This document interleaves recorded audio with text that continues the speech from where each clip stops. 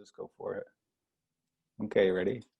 Yes. Okay, hi, it's Justin from FightGameMedia.com. Today I'm here with French language commentator for AEW and New Japan Pro Wrestling, Norbert Feuillan. Is that okay? You're doing great. Oh, Better thank you than very most much. English-speaking people. Welcome. Congratulations. Thanks for taking the time to do this today. Thank you for having me on the show. It's a real pleasure, an honor. Thanks. Let's get started talking about your background. Let's talk about your background in announcing and talk about your background in pro wrestling and how those kind of came together. So I pretty much wanted to do this my entire life. I started watching wrestling in France. I was 5 or 6 years old. Can't remember exactly, but it's been 30 years. Time flies, man. Mm-hmm. I basically wanted to be Ray Rougeau, who was the French announcer of WWF. That's right. At the time. Fabulous one. Yes, a really underrated pro wrestler as well. I mean, Rougeaus were fantastic. They were fabulous. They were wonderful. Yes, I'm a really big fan of Jacques. Yeah. He was a great wrestler. So I wanted to do that. And then there was no opportunity because wrestling in France is not, it's niche product. It's That's right. The promotions there's no, up until there was a big wave of pro wrestling fans when it was on TV in France in the 90s. Mm-hmm. Not as big as the one that we got in 2005, 2006, but nobody could ever think of seriously having a career in pro wrestling.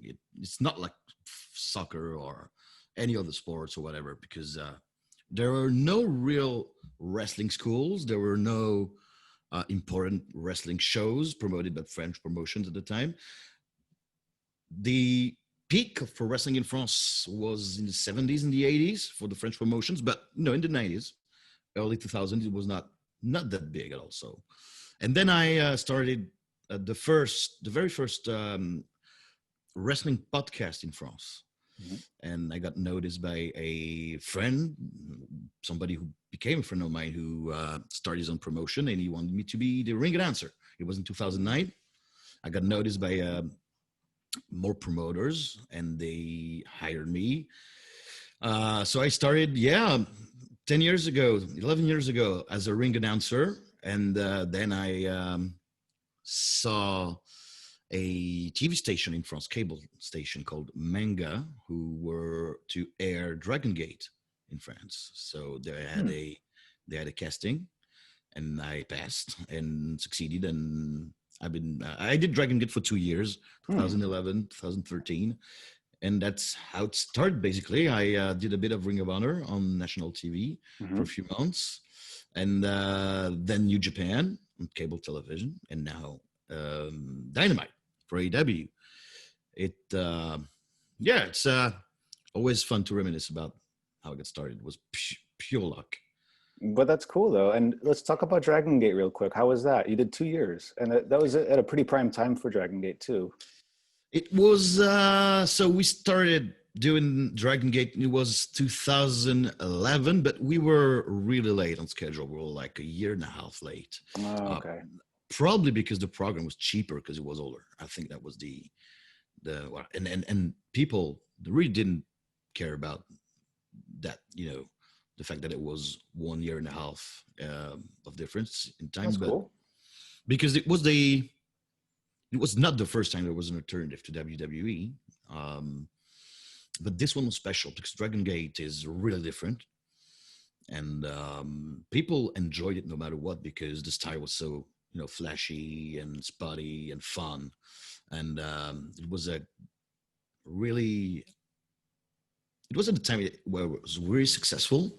It was the height of CIMA and Narukidoi and Masato Yoshino and Dragon Kid, Shingo, Baby Hulk, Yamato. So we witnessed the debuts of guys like Ricochet and Pac on TV. They were instant sensation with our fans.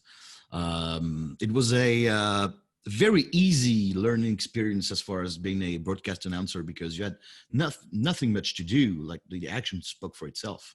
There was nothing really to explain. We just had to be funny on the air, and it was awesome. It was really comfortable, really easy, and that definitely launched my career. Wow, that's really cool. So from Dragon Gate, you went to Ring of Honor for a little bit. Yeah. How was that? It was weird. It was really weird because it was on prime time on Friday nights. So Okay. that's pretty big spot, Huh.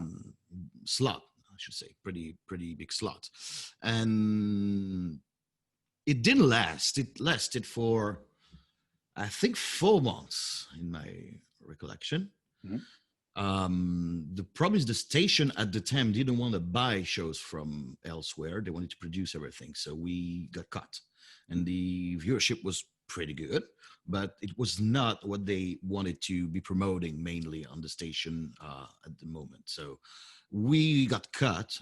And it was weird because that was a really serious alternative to WWE programming on TV, but the production values are way different at the time.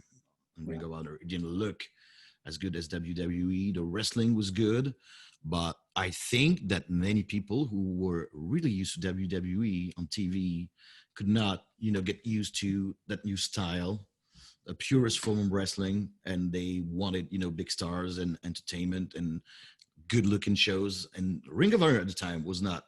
It looked good, didn't look crappy or anything, but it was different. It was really different, and I think 4 months is too short to be, to have people get used to it.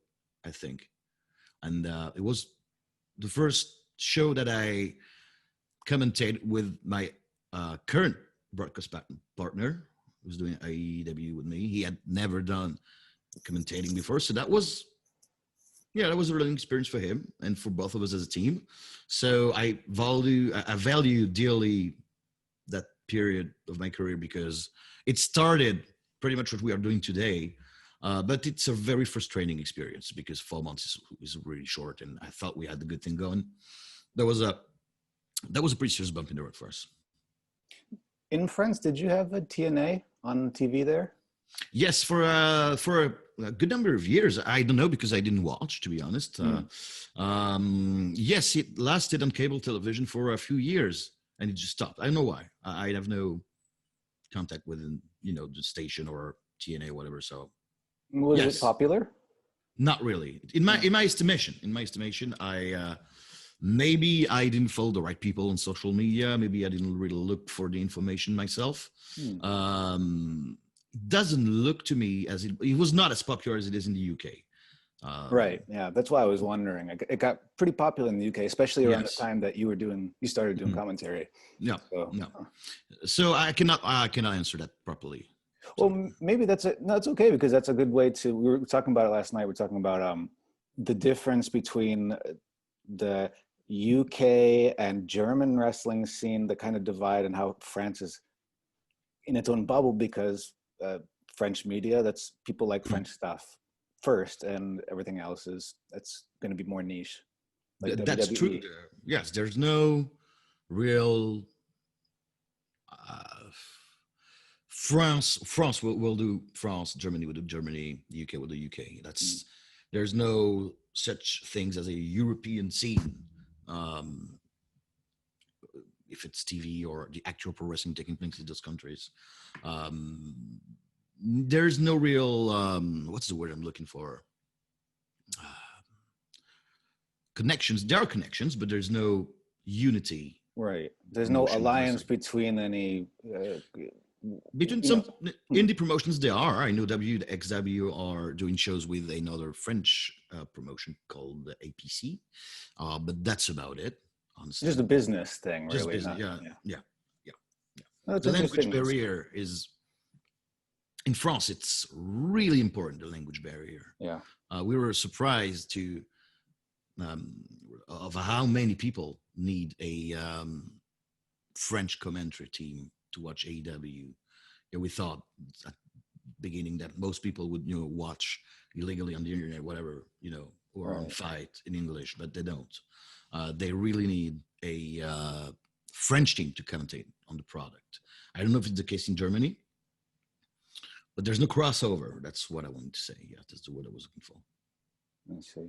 Let's talk about that. Let's talk about AEW. How did you get involved with it? So AEW is on Toonami in France, which is not the same Toonami as the Adult Swim Toonami in the United States, although they're both under Warner Media Yes, they're still tied together in France. When Okay. Toonami stops in the night, they Adult Swim starts when Toonami stops. So yeah, they are a station that at the beginning were to air only animes and cartoons, but they were not meant for children particularly, but they got categorized as a children station for children. And they try to move away from this categorization by people and media and journalists. So they wanted something, to appeal to an older audience. Right. And AEW and Warner Media, they when my broadcast partner is also the producer of the French version of Dynamite, and he's also my agent. He's doing everything. He's the real key to this. He was trying to. He got in touch with someone in AEW, and he said, "I want to air a French version of Dynamite. Is it okay?" And they said yes, but they preferred that if that's possible, that it would stay within the Warner Media networks. So Toonami accepted, and that's how it got going. Yeah. And that was right when they started, so are you guys on a schedule the same as in North America? Or are you guys delayed at all? We are pretty much the same. We are 6 days late. We're on 6-day delay, but we started, I think, months after they started. But we aired the first shows that we couldn't air when the negotiations were still ongoing and Dynamite started. We aired them in full length on the YouTube channel of Toonami. So that we wanted to make up for it. Yeah. Okay.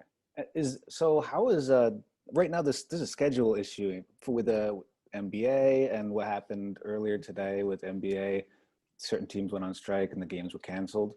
So have you gotten any word from that, or are you just going to air on a delay, or?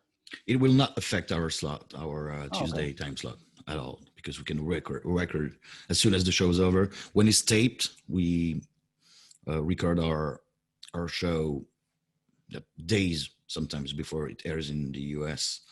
And when it's live, we record it a few hours later. So that will not affect our programming at all. Okay. And so let's keep talking about AEW though. We were talking yesterday about the younger guys and the kind of the market, the crowd that's watching AEW in France. And it's young.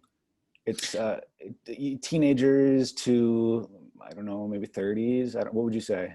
Exactly. I don't have the numbers. I was just told that it's a very male audience, under 35. That's what I heard. My guess would be 1535 or 1845, whatever. So it's really male. I'm surprised how many women comment on social media for AEW. That was my biggest surprise. Because when I was young, wrestling was just, I didn't know any girl that would watch wrestling. And now, maybe thanks to the WWE programming that a few years ago was like a big success in France, a real big success. And it gathered a lot of fans, male, female. And today I'm surprised at how many female comment on social media. But what Toonami said to me is that on TV, what the numbers they have indicate towards a male audience younger than 35 years old. So talking about the product itself and talking about what those younger guys, and it looks like guys like, what in France, who are the most popular talents? And do you think it's kind of parallel to like North American fans, or is it totally different? What's it like? I think that the fact that it's a fresh product, that to people that are not experts in pro wrestling, it kind of looks the same as WWE, but it's different. You know what I mean? Like it looks fresher, cooler, and brighter. Yeah, maybe more authentic. From what I see on social media, the wrestlers that drive the most reactions would be, of course, Chris Jericho, because he's been on French TV for decades now. Right. Chris Jericho, MJF, and Moxley. Those are three guys that I think of There are a drive in the social media. And as far as younger stars go, MJ's pretty young, but I go with, maybe the Young Bucks. The Young Bucks are pretty popular as well. Yeah. The Young Bucks and Lucha Brothers are the four guys I can think of now that are, and Darby, of course, Darby Allin. Darby Allin, everybody can like Darby Allin. So girl, boy, young, old. Those are the guys I'm thinking up the top of my head right now. I think they like it because there's something new going on. It's not just Jericho and the rest. It's Jericho, the Star, Moxley, MJF, top guys, and there's a great platform with good wrestling and fun promos. It's a real challenge to be the translator for some promos sometimes because you have to be faithful to the tone. It's really hard because AEW, I think, is the best promotion for promos in the world. To me, they're awesome. And I think that people laugh and people like good wrestling when they watch Dynamite in France. So I think it's a winning combo. That's why young people like it a lot. Okay, you're talking about promos. Can you give us any examples of what you're talking about? Kind of when you had to translate the nuance, and you like MJF or anybody that comes to mind. Does anything come to mind maybe in the past couple months? The thing that comes to mind that some people are really hard to translate than others. Matt Hardy is a chore. Like it's really hard because I cannot do like all the voices like he does because that would turn the show into such a mess. Like if you can hear Matt Hardy go oh, and if I go oh over him, people were like just gonna create something like really disturbing in the ears. So Matt Hardy is hard. Cody's hard for another reason is that his English is really, I don't know how to say it in English. He speaks a really, really good English with complicated words. You know what I mean? He's not like John Moxley who speaks like a really simple English to understand. MJF is simple to understand, but Cody sometimes is. He's like a Nick Bockwinkel. He's kind of eloquent. Yeah. He has really longer sentences, more word usage. John Moxley's more of action hero, right? Exactly. Simple, just comes in, hits something really hard, simple, concise sentences, bounces out. That's him. And they're both great, right? Yeah, but they're different. They're great. And in France, there's something with the announcers. There's that idea in France that the announcers have to be the star of the show. It's not like in the US or I don't know how it is in Germany or Spain, whatever. But there's that idea for the stations that the announcers are the stars of the show. That I and my broadcast partner should be the stars. We have to make people laugh or it won't work. That's really hard because when I start Dragon Gate, first day, there's the, I think one of the big shots of the station and the AV group who came to me and said, yeah, you got to be the stars of the show. You got to make people laugh. That is because the French announcers for WWE, they carried for 20 years the whole show, bad, good or bad, and they're really funny, and they created their own bubble. People watch WWE not for WWE. They do watch for WWE, but many people watch for the announcers. And it was such a success that the stations that now air the pro wrestling in France want the announcers to be as funny as them and create bubble, a whole universe. But that's not my way of working at all. Because when I was starting Dragon Gate, I was like, yeah, maybe it's my first day, but I want to be the star of the show. I want to be the guy who promotes the guys wrestling and tell people that they're stars of the show. And with AEW, I swore to myself that I would never, ever, take the spotlight away from the product. But by chance, I happened to stumble upon funny things that I said that caught on social media.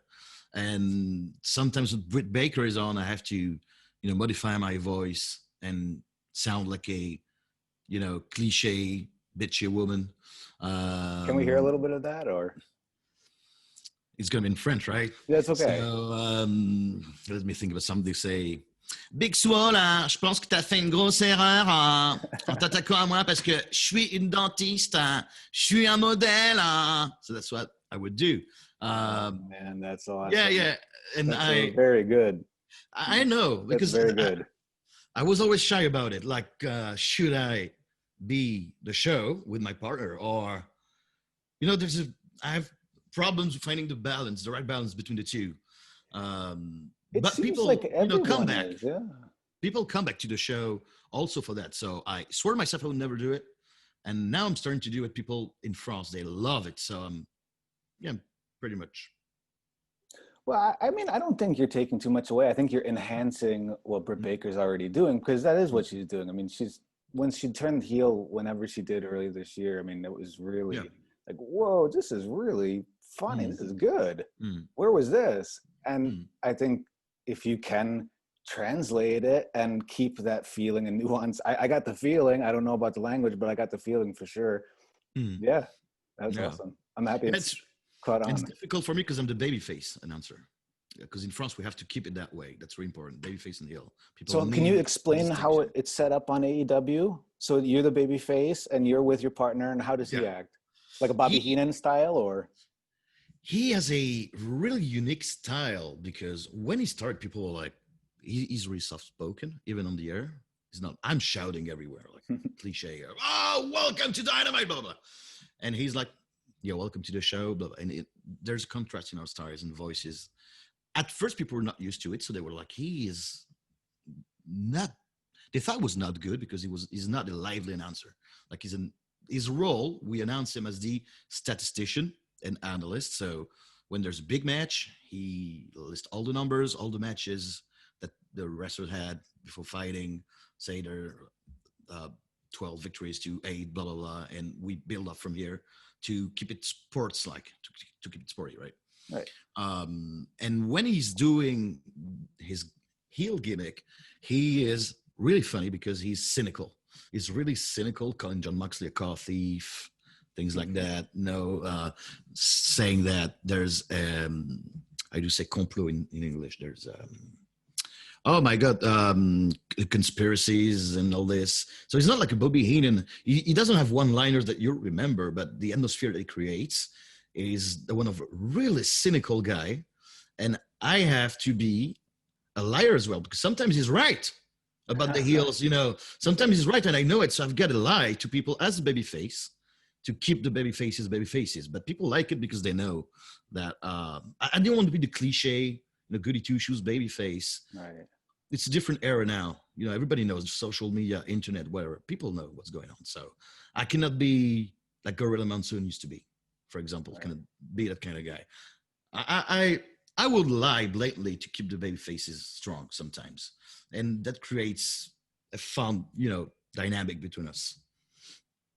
I'd like to get some subtitles someday and watch. Okay, so All Out is going to be on September 5th. And in France, it's going to be on Fight TV.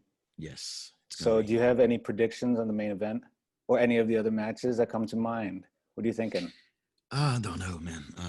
I have no idea what they're going to do with the gauntlet match because as we're recording this, Dynamite still hasn't aired with the gauntlet match. So I was not expecting a Young Bucks FTR confrontation so early. Right, yeah, that was kind of early. That's my favorite. Yeah, that's my favorite storyline of the year. The whole triangle tag team storyline. It's really great. And I think Omega and Adam Page so good. Now, I can't stand people going like, Kenny Omega is not what he used to be. Man, he's doing such a great work storyline-wise. He's awesome, man. And as far as All Out goes, I'm pretty sure Moxley will retain. MJF goes in still undefeated, so it's going to be just one loss after that. So it's against the champion, so he's safe. I think there's no reason to protect him at all. I think Moxley's going to win. I'm pretty sure Omega is going to be the next champion. That's my prediction in the future. I think that match will be awesome. I think there will be a little bit overbooking, just enough. I'm predicting a Wardlow face turn. Really? Soon or at All Out? All Out. At all? Okay. Yeah, I think. Very interesting. How come? if you pay attention to details, sometimes when MJF, this past few weeks, when MJF is in a bad situation, a bad predicament, he just smiles like he's got a little smirk, like, When when MJF couldn't ruin the title match between Moxley and Darby, he was, blowing a gasket backstage, and Immortal was like, So I know. I'm thinking maybe Wardlow. I love that wrestler. He's awesome. Wardlow's great. It's very interesting to hear your perspective, because you might interpret the facial expression a different way, but it totally could be that. I noticed his smirk, but I didn't put it together like that. So it's good. Thank you for giving us that new insight. It's cool that we can connect easily and kind of spread that perspective. Yep. Yeah, because I will not blame anyone for not noticing, because as the announcer, my eyes are everywhere on the screen. Like, I cannot miss anything. I'm doing my best to watch everyone. That's how the job's done. I think so. It's not it's hard to be an announcer, because speaking all the time is tiresome. Not tiresome. There's a lot of fatigue involved in the end. Like 1 hour and a half of announcing is exhausted afterwards. But mental energy. Come on. Yeah, man, come on. It's a dream job. I can, put an extra effort in trying to notice the details, and that's what I'm here for. I hope things clear up in the world and you can make it to the States someday. Call AEW Live. I think let's keep the faith. I think we'll be okay. Hopefully in the next couple of years. Yeah, we'll see. Okay, so are there any plugs? You want to talk about anything coming up for you? I know you have a Twitch channel. You want to talk about your Twitch channel? That's exactly for that. Yes, I have a Twitch channel. If any listener speaks French, I have a Twitch channel called twitch.tv/Tonton Feuillan. That's Uncle Feuillan in French. That's TONTONFEUILLAN. I do Q&As on Twitch, and I do quiz on Twitch as well. I'm pretty damn sure I got the best pro wrestling quiz going in French on the whole internet. No, really? Can we get any example questions? I do. I invented a game called Lanny Puffo, where I think about a wrestler and you have to guess it or her with questions to which I only answer by yes or no. And there are forbidden questions. Is he or she alive or dead? Is he or she part of the Hall of Fame? And many forbidden questions.